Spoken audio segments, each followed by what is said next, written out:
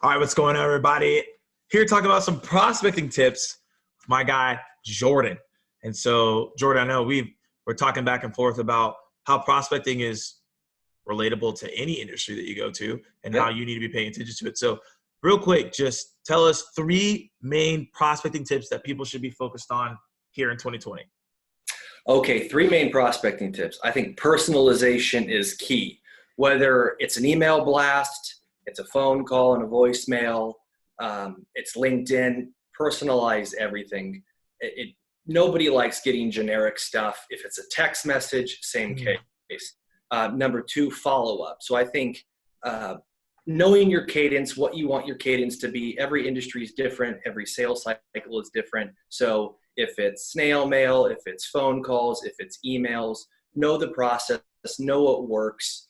Most organizations have data behind how many conversations it takes to create an opportunity, to qualify the opportunity, how many people are in the sales cycle, how long the sales cycle takes.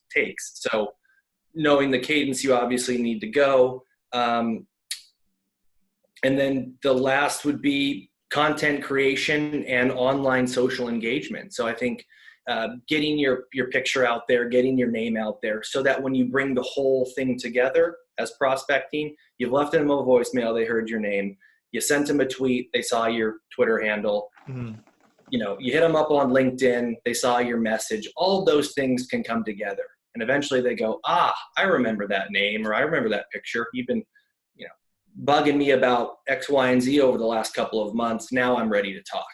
Yeah. So out of all those three, which one do you feel like is the most important? In the initial, to get that conversation, regardless of the industry or the prospect size, let's say, I think personalization is the most key. Using somebody's name, finding something about them that you find relevant, or they wrote an article, or they posted something on LinkedIn, or something about their industry. So finding a way to personalize it to be custom or to them. Yep. Yeah, I think that's super important. And that's just to follow up on that. That's just doing prior research before you reach out. Right? So think about, like, people call personalization at scale. I call it relevancy at scale. How do you make sure that you do that? Because I know that's a question that people probably have as they're listening to this. So, like, wait, how do I do that at scale? My boss is telling me to do all these crazy metrics. What would be your advice to those people?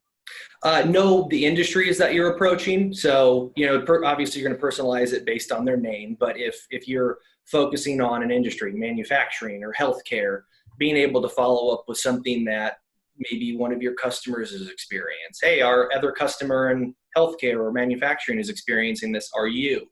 Trying to paint the picture to personalize it, but generalize it enough to where you're not only writing 5 emails a day. You're able to still write quite a few, but industry, I think, is the best success I've had.